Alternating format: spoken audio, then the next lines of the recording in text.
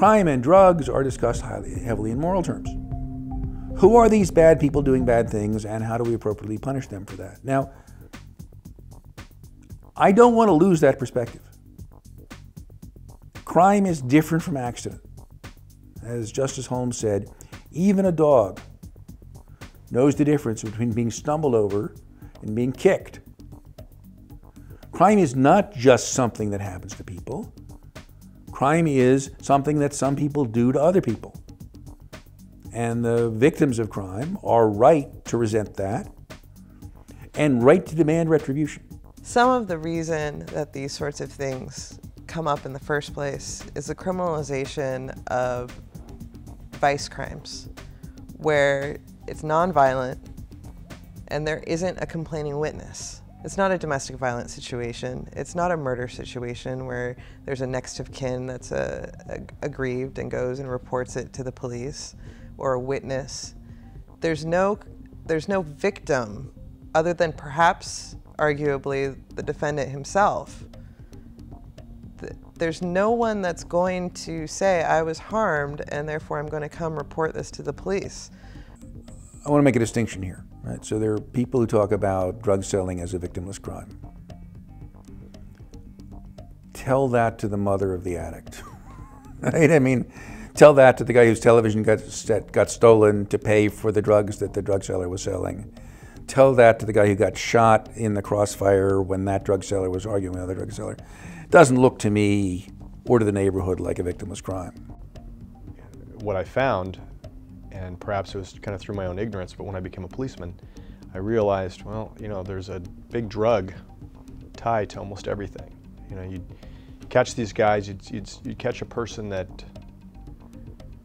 you know, been doing a string of liquor store robberies throughout Southern California, and we get our hands on him, and you find he's a crackhead.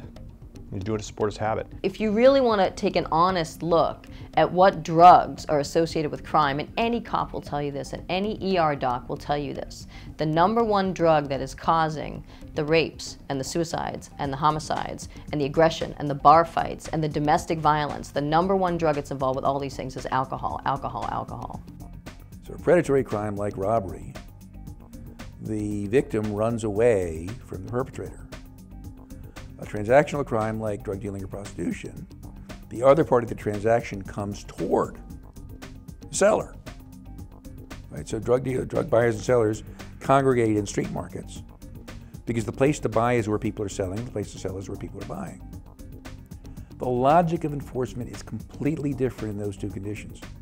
And yet our law enforcement discussion treats everything as an arrest. And I made a lot of arrests, made a lot of drug arrests. And so it put me right into, you know, when you read about the drug war, I was at the front line. Just one little piece, tiny little spot on a map of the United States. I was out there on graveyard for 4 of my 5 years, making arrests, and I wanted to be a productive police officer. And so I did. I made a lot of arrests.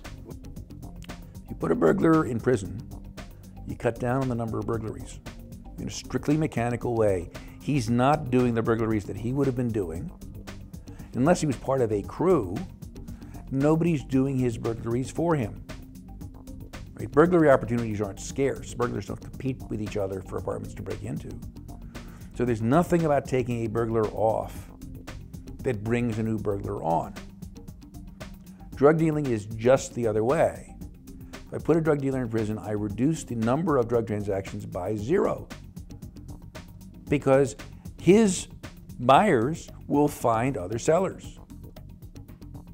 I've just created a niche for a new seller or for an existing seller to expand his business, but one way or another, that customer gets satisfied. So drug law enforcement starts out with a presumption of futility in a way that ordinary crime enforcement does not. So as we sit here today, there's plenty of empirical evidence showing that since President Nixon coined the war on drugs in 1971, and we've spent $1 trillion, you can look back and now see, what have we gotten? It's been 40 years. What have we gotten from it? Addictions aren't lower, prison population's much higher. The public tax burden is much higher to put these people in jail. I mean, you can put a PowerPoint presentation up and most people are going to see it.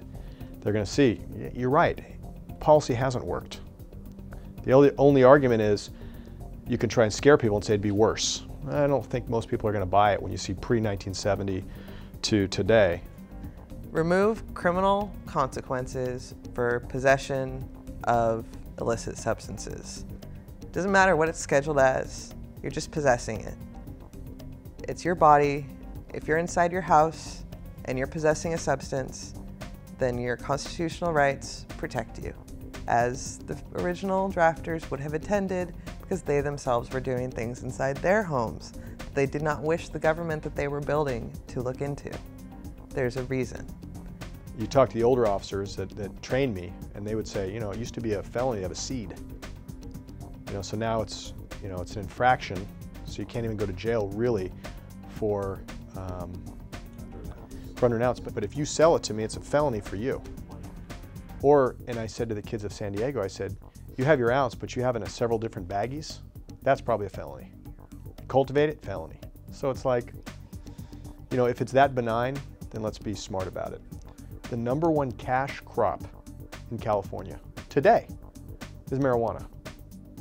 And the state is making very little money just through the medicinal marijuana dispensaries. That's where they're making some money. It's costing us money because we're still fighting it. The #2 cash crop is grapes. And California makes a fortune on grapes. A fortune. So,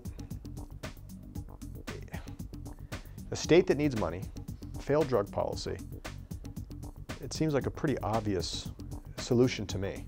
It's not creating something new, it's removing something that's causing harm, is unconstitutional, and downright racist. It's a very simple project in my mind. We shouldn't be cheerful about using punishment. But to respond to that by denying the crime's an issue is to give it as an issue to the sadists.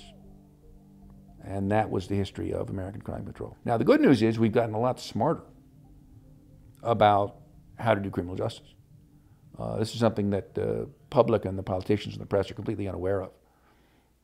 But policing is a much more intelligent activity now than it was in 1965, maybe not as much in Chicago as in other places. But a lot of places we're getting a lot smarter about how to do policing. So we could have a lot less crime and a lot less punishment than we have now, using techniques we've already developed. So that's my excitement. It's also my source of frustration that we're currently enduring a lot of completely avoidable suffering. The suffering of victimization, the suffering of crime avoidance costs, and the suffering of incarceration, because we're not doing some fairly commonsensical things that we already know how to do.